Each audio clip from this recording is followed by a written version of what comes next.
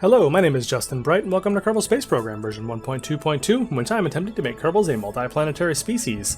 In this case, we are actively working towards that goal with our rover on Duna, and some things have changed. Meanwhile, our three Kerbals that we have down here on the surface of Duna have camped for the night, while I went in and tinkered with my settings a little bit, and we'll tell you why that is the case in just a little bit, but in the meantime, we can take a look at what I have found in all of my exploration in trying to find a wonderful location at the intersection of multiple biomes. I ended up having to kind of throw out and redo just a whole lot of the work that I'd done on discovering what biomes had what levels of materials.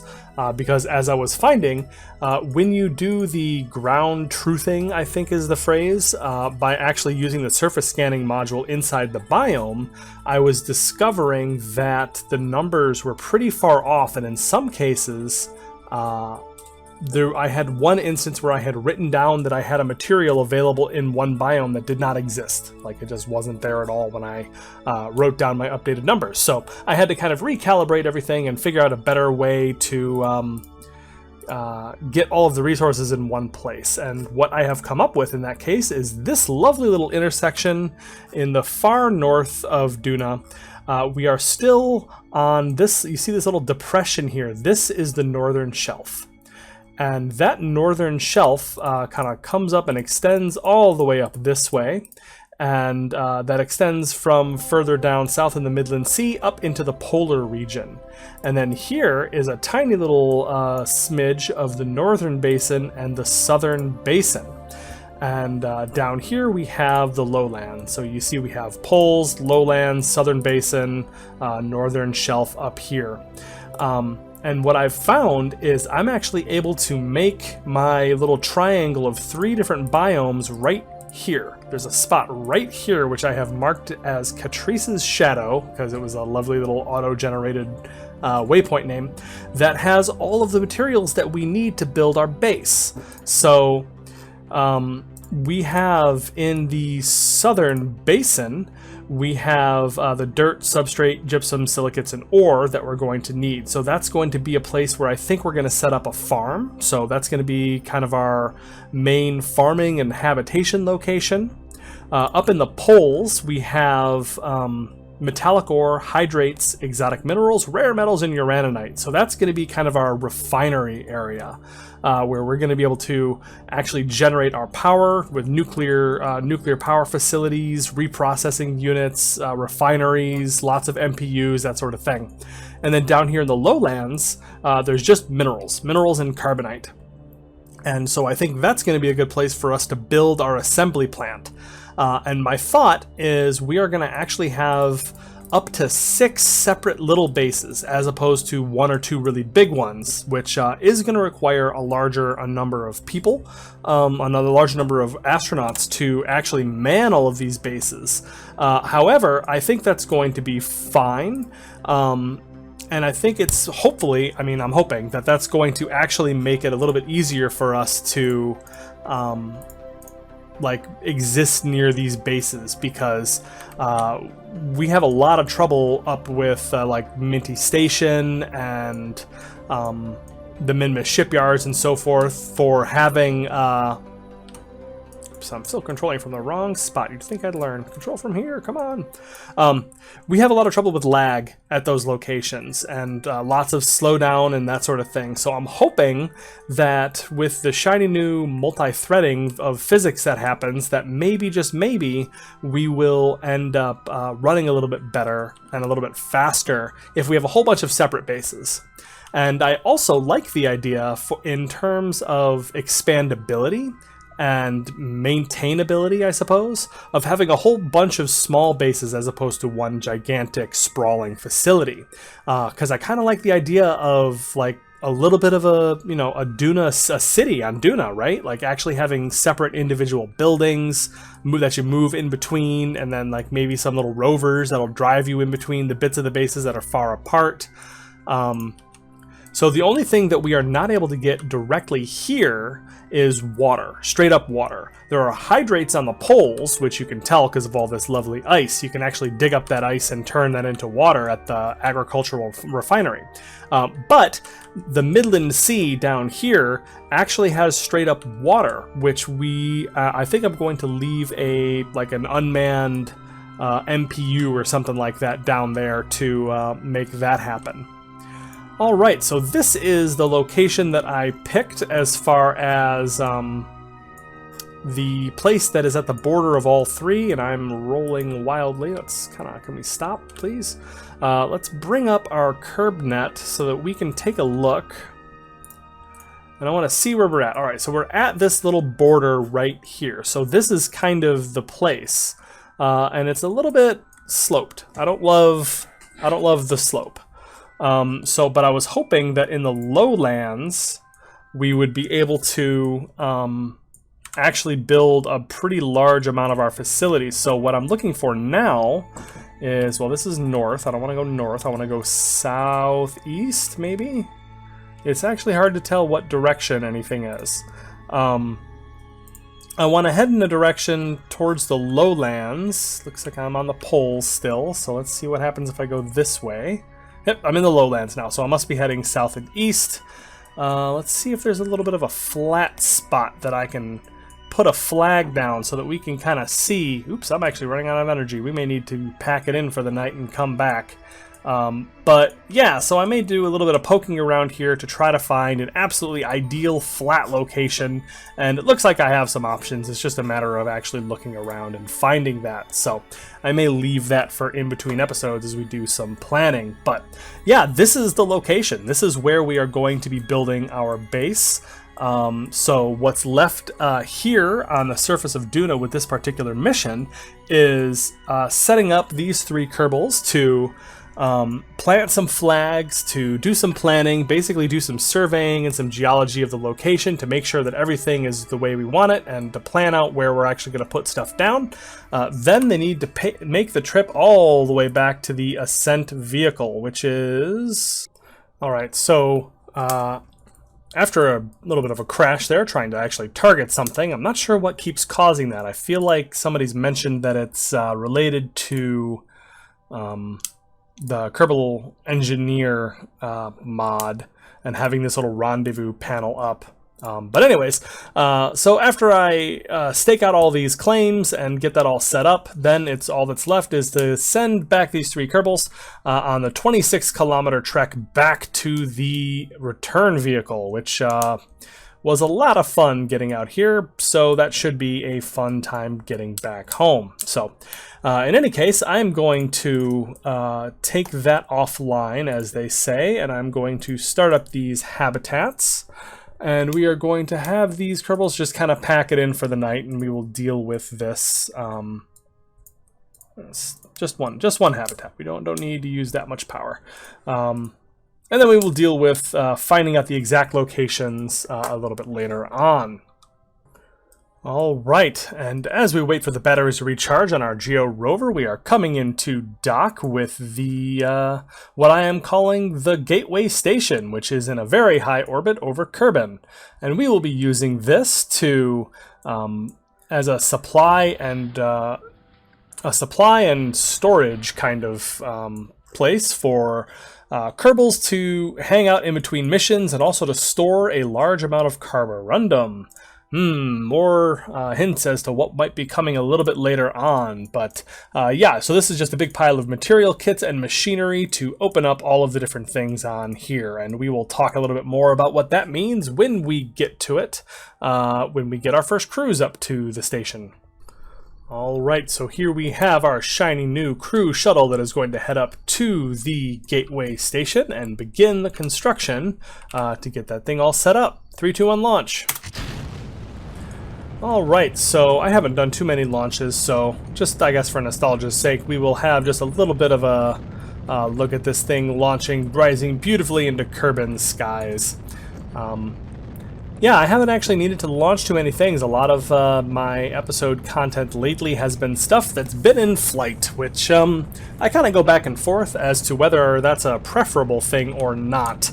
when it relates to like what I like to be doing, because sometimes I'm just building a whole bunch of rockets and launching them one after another, and then I get kind of bored of just doing that, and then I end up with a whole bunch of missions that are out in deep space and performing things and working on those constraints and not being able to build and use anything new or come up with any new designs, and then that has its own constraints, I suppose.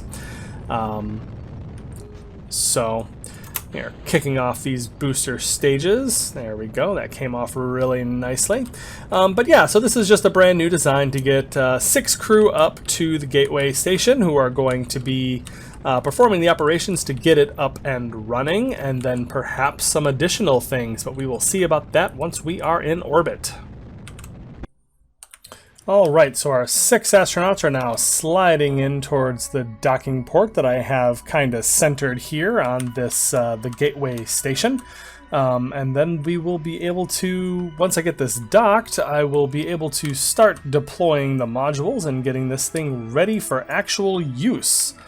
This is going to be a way station for the majority of my Kerbals. They're going to be heading out to various places, specifically on like individual voyages. So I may have to I may do like very specialized things to prepare and launch the what do you call it, like big departures, such as things going to Duna, but for now this is going to be kind of a big way station, and the reason why it's out this far is pretty specific, because this is outside of warp range. Or is within warp range, I suppose. It's outside of the failsafe range at which warp drives can function. Yeah, that.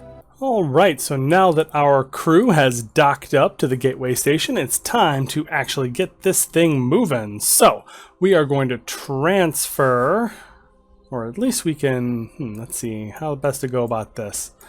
Probably need to first EVA one of our Kerbals here that actually has the screwdriver. That'll be Lalin Kerbin, who is a level 0 engineer. This is her first time in space. And she is in for a bit of a treat as far as first missions go. So one of the things that I found out was that you can't actually use the training academy to level up Kerbal above level 3. So that's not actually going to be useful to us in any way. So this is going to be kind of a staging ground for a mission to level up the engineers and scientists we are going to need to run the bases on Duna. But first, we have an expandable habitat that we're going to be using here as a greenhouse, and then this is an agricultural module that we're going to be using to do agroponics here on the gateway station. I want this place to be as self-sufficient as it can be. So let's deploy this, and that begins to expand. Very nice. We can perform maintenance. Perform maintenance, I say, to get all the machinery inside. For maintenance, we'll just run around and do all of that. These inflatable storage modules, I think, are set up the way that they need to be, but I will have to double check that. And we just have a tube that leads down into the main truss of this station. But down on this other side, we just have 2 more inflatable storage modules so that this can be used to really store the materials that we need for deep space missions, as well as big relay antennas and other direct antennas here. So this can be used as a communications relay as well. Down on this side, we have a Kerbitat that's set to have commons, which will be very helpful in extending the life of any Kerbal that visits this station. And if we come up here to the main truss, we have down this way, this is where we have our big 2.5 meter docking port that we can use for any pushers if we ever decide we need to move it. Life support tank, fertilizer tank, big tank of Carborundum, or that will eventually, possibly, hopefully have Carborundum. Recycling module, a hub to connect everything, as well as an airlock, science facility, cupola module, and finally the big habitation ring, which is in habitat mode and deploy. Yay, I got the number of material kits right. It always feels like it's a little bit dicey. But all right, so now the station is fully deployed, so let's go ahead and enter. And make sure that all these are where they need to be. So this is our agricultural module, so we're going to go ahead and deploy this so that I can use that to store extra supplies and fertilizer and mulch and all that stuff. Down here we have a tank for fuels, just in case I ever need to bring up and hold on to some fuels, and this is for the other flavors of fuels. There, so that's all deployed. So let's see, what else do we need to do? We need to make sure start habitat, missing machinery, that's fine. I thought that I did I thought I moved machinery into everything, but I guess I will have to do that manually. Are you gonna let me? No? Okay, hold on. Let me see. I thought that by clicking on perform maintenance, that should maybe do it. Maybe? Question mark. There we go. Jump back in. How we doing now? Still not in there. I thought that that was what maintenance was actually transferring the machinery over. I do have the machinery, right? That is metallic ore. Unbelievable. Oh, goodness.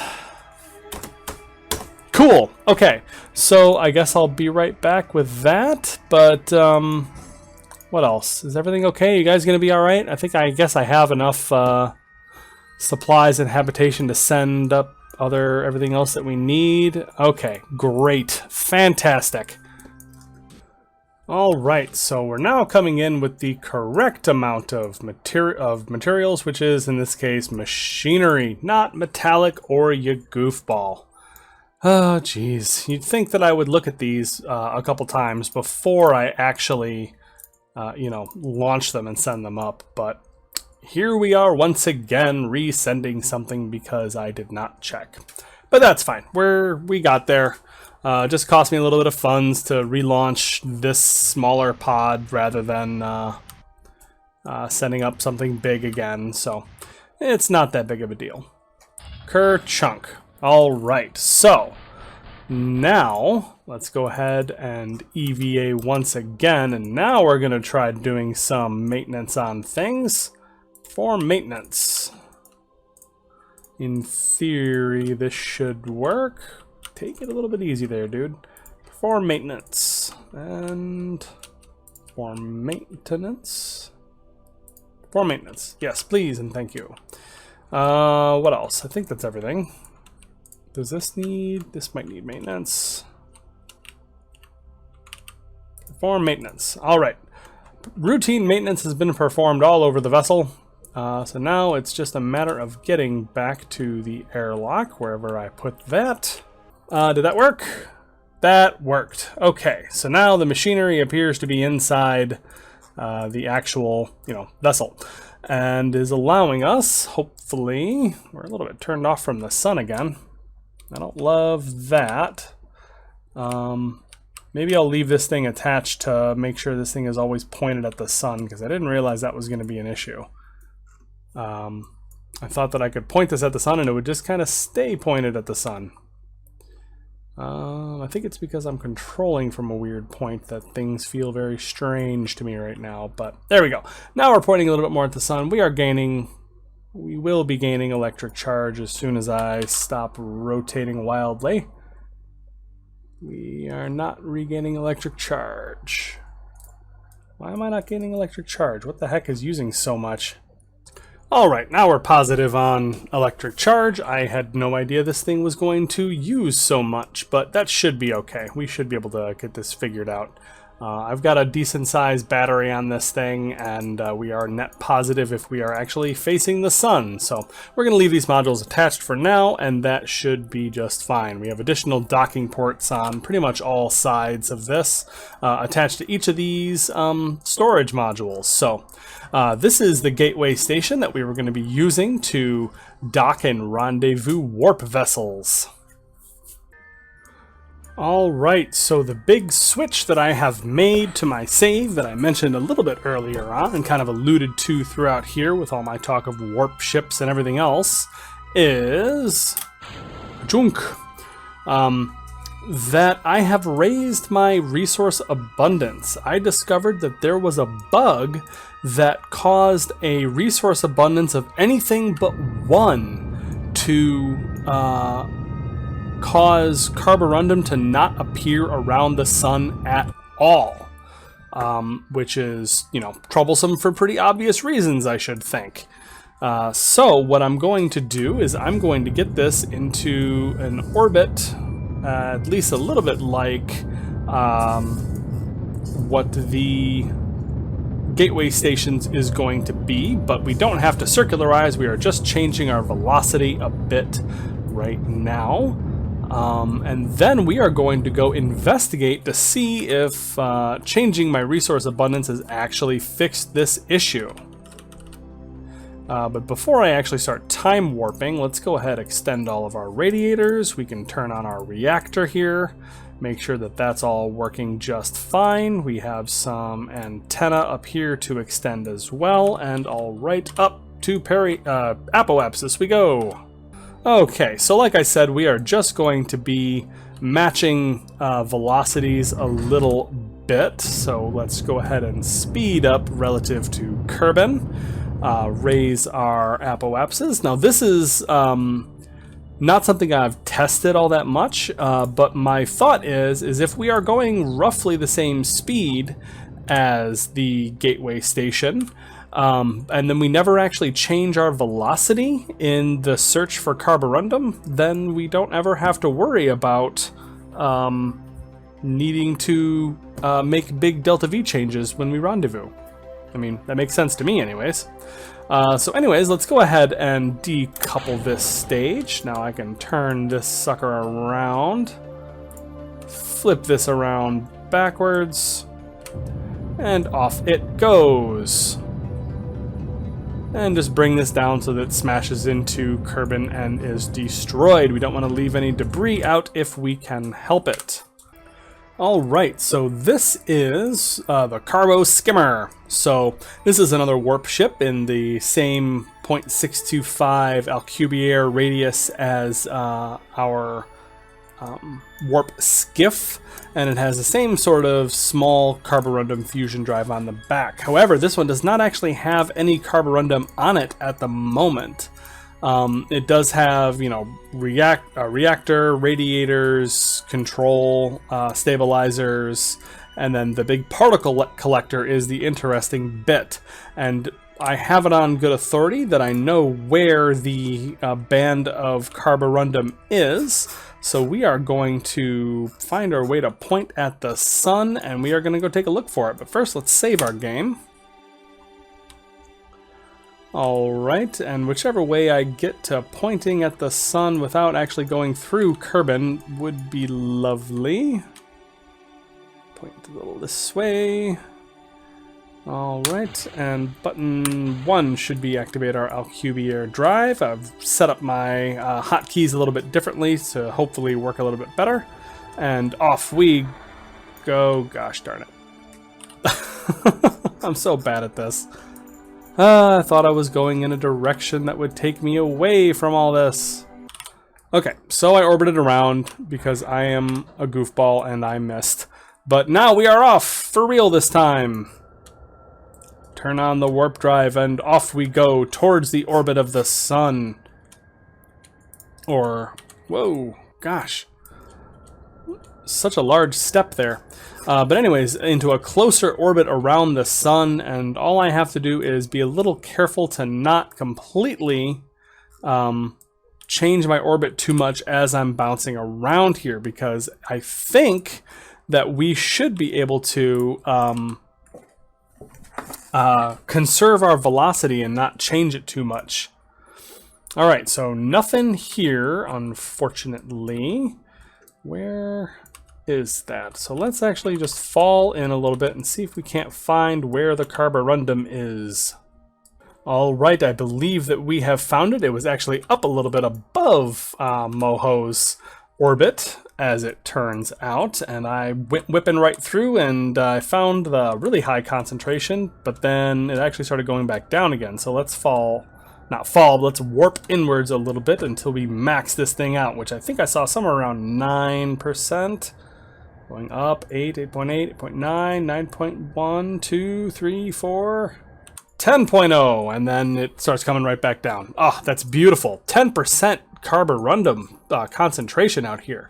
Well, let's deploy this collector and see what we can do as far as collecting Carborundum. Let's turn off that warp drive to be safe. Alright, so let's open the Carborundum collector, and look at that, we are getting 0.24 per second now. That is crazy fast compared to what we were getting before. On Elu, with 2 Carborundum drillers, we were getting 0.0005 each.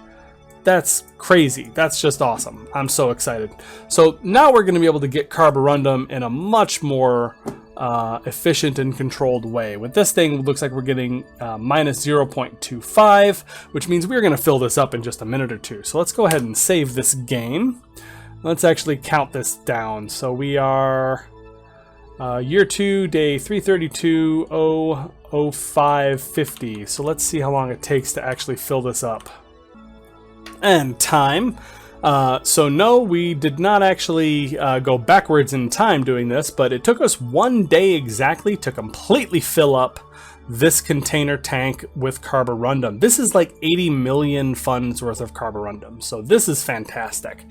We now have a reliable and fast source of Carborundum, which is going to be a great boon for the rest of our missions, and that is something that we can actually start relying on for building our vessels that we are going to be sending out to Duna. So we may see a lot more fusion drive usage coming up in the future. But unfortunately, I am all out of time for this episode. So if you enjoyed this episode, please share and subscribe. We are going to be doing a lot more planning and getting ready for our Duna missions here in the very near future. So I will see you then.